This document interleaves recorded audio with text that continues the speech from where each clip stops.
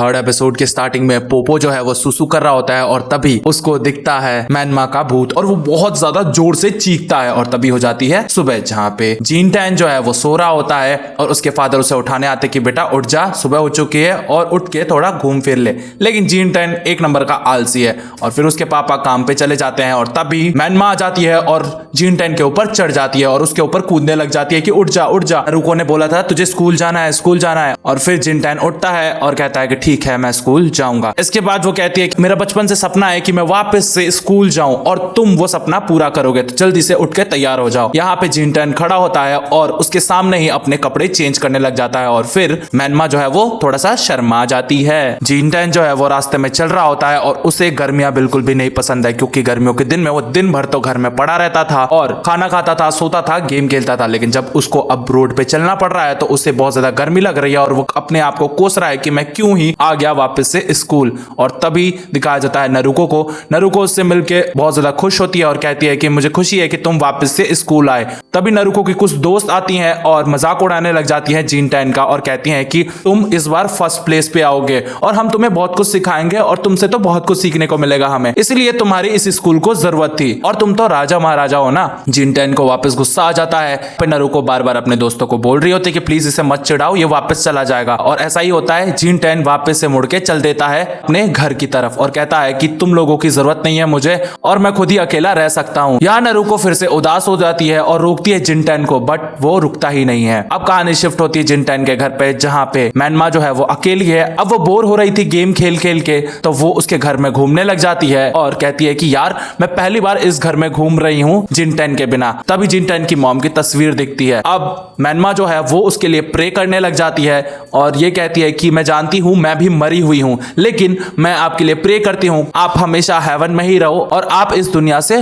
मुक्त हो जाओ। इसके बाद मैनमा जो है उस घर में घूमने लग जाती है और कहानी शिफ्ट होती है जीन टैन पे, जो एक पार्क में बैठ के बहुत गुस्सा कर रहा है खुद पे और कह रहा है कि यार मैं घर नहीं जा सकता क्योंकि मैनमा वहीं पे है और मैनमा को अगर पता चलेगा कि मैंने उसकी विश पूरी नहीं की है तो वो बहुत ज्यादा नाराज हो जाएगी। ये लड़की मेरे दिमाग में ही है ना, तो मुझे दिख क्यों रही है और मुझे महसूस क्यों हो रही है और मैं क्यों इसकी सारी विशेष पूरी कर रहा हूं, मुझे कुछ समझ नहीं आ रहा। और तभी वो जोर से चिल्लाता है और उसके पास एक बिल्ली सो रही होती है जो डर के भाग जाती है। अब जीन टैन डिसाइड करता है मैं जा रहा हूं पहाड़ी वाली घर पे और वहीं जाके रेस्ट करूंगा। और जैसे ही वो वहां पहुंचता है तो देखता है पोपो वहीं होता है। पोपो अब फटाफट से आता है जीन टैन के पास और कहता है कि मुझे मैनमा दिखी थी कल रात जब मैं सुसु कर रहा था, तो उसी का भूत मेरे को दिखा है। और फिर वो बताता है कि मैनमा जो है वो बहुत बड़ी हो गई है, बचपन वाली मैनमा तो पूरी चेंज हो गई। इसके बाद जीन टैन को लगता है कि शायद पोपो सच बोल रहा है क्योंकि मुझे भी अब बड़ी मैनमा ही दिखाई देती है। फिर वो उससे पूछता है कि एक बात बताओ पोपो, उसने कौन सी ड्रेस पहनी थी?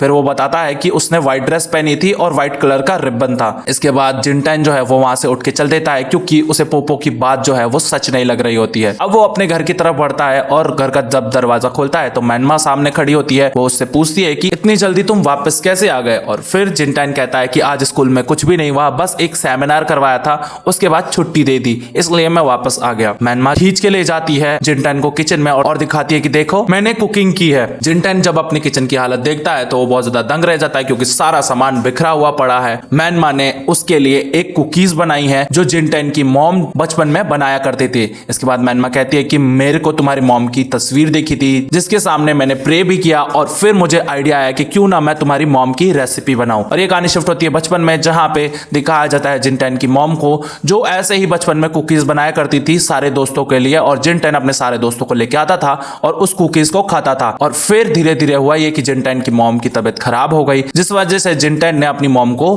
खो दिया। अब ये कहानी प्रेजेंट में आ जाती है। वो देखता है कुकीज की तरफ, पर वो कुकीज अच्छी नहीं बनी होती हैं। मैनमा खुद ही बुराई कर रही होती है अपने खाने की और जीन टैन को कह रही होती है कि मुझे पता है ये तुम्हारी मॉम जितना डिलीशियस तो नहीं बना होगा, बट मैं धीरे धीरे सीख जाऊंगी और देखना तुम्हें एक दिन जरूर अच्छी कुकीज बना के खिलाऊंगी तुम्हारी मॉम जैसी। जीन टैन जब खाता है तो वो मैनमा की तारीफ करता है और कहता है कि ये इतनी भी बुरी नहीं बनी है, बस थोड़ी सॉफ्ट रहना बाकी हो गई। और फिर मैनमा भी उस फूड को खाती है। इधर दिखाया जाता है यूकीआत्सु और सुडोको को। ये दोनों दोस्त हैं जीन टैन के बचपन के। यूकीआत्सु अपनी गर्लफ्रेंड के लिए कुछ चीजें खरीद रहा होता है और सुडोको उसकी हेल्प करती है। अब जीन टैन की घर की घंटी बजती है और दिखाया जाता है पोपो को। पोपो एक इनविटेशन कार्ड देने आता है जीन टैन को और उस इनविटेशन कार्ड में लिखा रहता है कि वो लोग मैनमा को ढूंढेंगे। जिन टैन समझ नहीं पाता है कि ऐसा पोपो क्यों करना चाहता है और पोपो ने एक पार्टी रखी है। ये कह के पोपो अपना स्कूटर लेके चला जाता है। जिन-टैन उसे रोकता ही रह जाता है पर पोपो कुछ भी नहीं सुनता। यहाँ मैनमा आती है और देखती है कि ओ पोपो ने पार्टी रखी है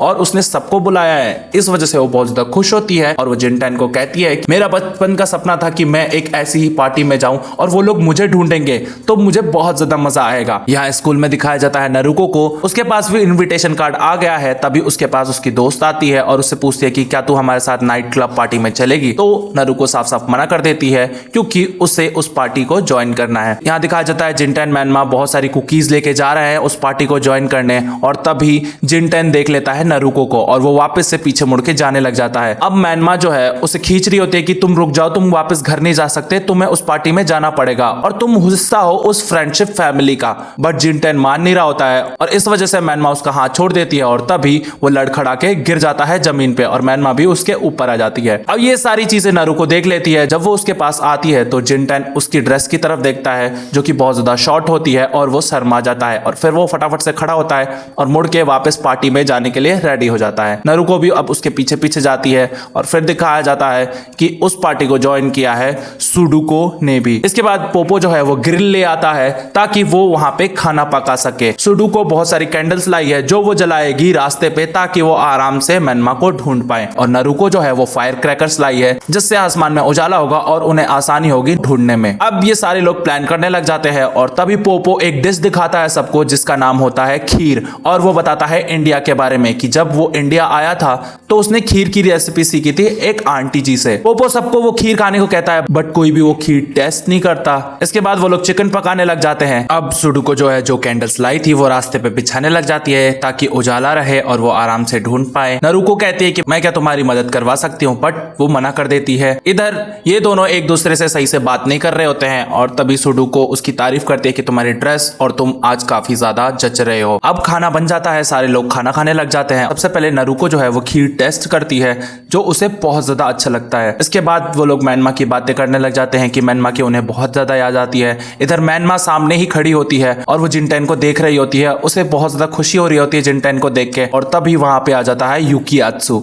यूकियात्सु को देख के सारे लोग शॉक्ड हो जाते हैं क्योंकि यूकियात्सु जो है वो बहुत ज्यादा एटीट्यूड से भर गया है और वो किसी को भी मुंह नहीं लगाता था पर वो इस पार्टी को ज्वाइन करने आ जाता है। अब वो सबसे कहता है कि देखो मैंने मैनमा को अभी तुरंत देखा है उस पहाड़ी के नीचे और सारे लोग मैनमा को ढूंढने के लिए भागते हैं। इधर पोपो बहुत ज्यादा एक्साइटेड होता है और उसके पीछे पीछे मैनमा भी चली जाती है कि मैं भी मैनमा को ढूंढूंगी, मैं भी मैनमा को ढूंढूंगी। और फिर पहाड़ी पे केवल यूकियात्सु और जिन-टैन ही बचते हैं। यूकियात्सु जिन-टैन से कहता है कि मैनमा सिर्फ एक ही आदमी को दिखती है और ये एपिसोड जो है वो खत्म हो जाता है। तो क्या लगता है आप लोगों को मैनमा अपने किस दोस्त को दिखी होगी? ये तो आप लोग कमेंट करके बताओ।